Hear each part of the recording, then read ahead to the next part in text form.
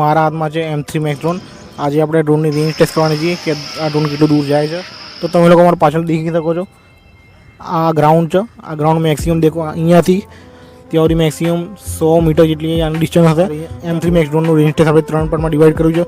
સૌથી પહેલાં ડ્રોનને આપણે સૌથી નીચે હેડમાં મોકલીશું અને અહીંયાથી આપણે ડ્રોનને છેક તે પોઈન્ટ સુધી આપણે મોકલીશું. આપણે 3 પાર્ટમાં સેમ કરશું, પણ આપણે હાઇટ ચેન્જ કરીશું. સૌથી લો હાઇટ રાખશું, સેકન્ડ પાર્ટમાં થોડી ઊંચી હાઇટ રાખશું અને થર્ડ પાર્ટમાં આપણે મેક્સિમમ હાઇટ રાખશું. તો વિડીયોને શીખ સુધી જોજો, વિડીયો લાઈક કરજો, ચેનલને સબસ્ક્રાઈબ કરજો. ડ્રોનની બોડી ક્વોલિટી કેટલી સરસ છે. આપણે ડ્રોનમાં બેટરી નાખીશું અને આપણે ફ્લાય કરીશું. ચલો,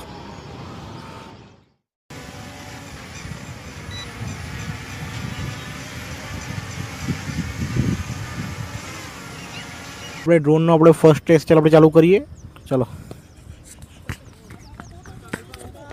ચલો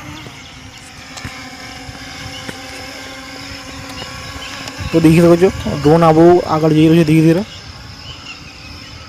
ખાસું દૂર જઈ રહ્યું ગેસ દેવું, ખાલી ખાસું દૂર આપણું ડ્રોન જતું રહ્યું છે. ચલો પાછું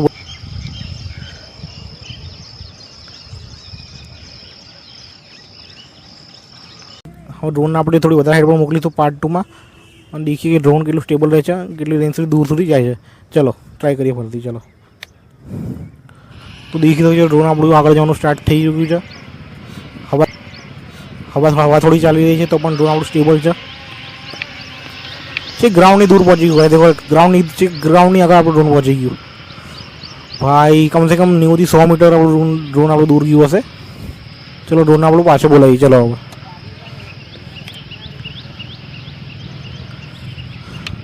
તો ડ્રોન આપણું ધીરે ધીરે પાછું બોલાવ્યું છે. દેખી શકો છો તમે, ધીરે ધીરે. જસ્ટ મારી ઉપર ડ્રોન છે. દેખો ગાઈસ, મારી ઉપર ડ્રોન છે. તો આપણે સેકન્ડ પાર્ટ બી આપણે ટેસ્ટ કરી લીધો છે.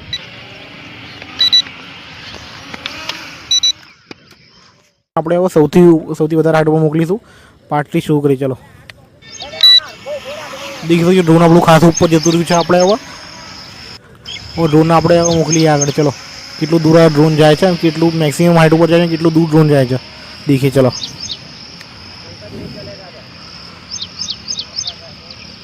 ઓહો, ખૂબ સ્પીડથી મારું ડ્રોન આગળ જઈ રહ્યું છે. દેખો ખાલી કેટલું ઉપર જતું રહ્યું, કેટલું ઉપર જતું રહ્યું છે.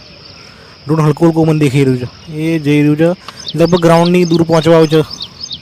80 થી 90 મીટર ડ્રોન આપણું ઉપર ગયું છે. M3 Max ડ્રોનની રેન્જ આટલી જ છે. ચલો ડ્રોનને ચલો પાછું બોલાવીએ. ચલો બહુ હવા ફાસ્ટ ચાલી રહી છે. ડ્રોન આપણું સ્ટેબલ છે. દેખો ખાલી પાછું આવી રહ્યું છે.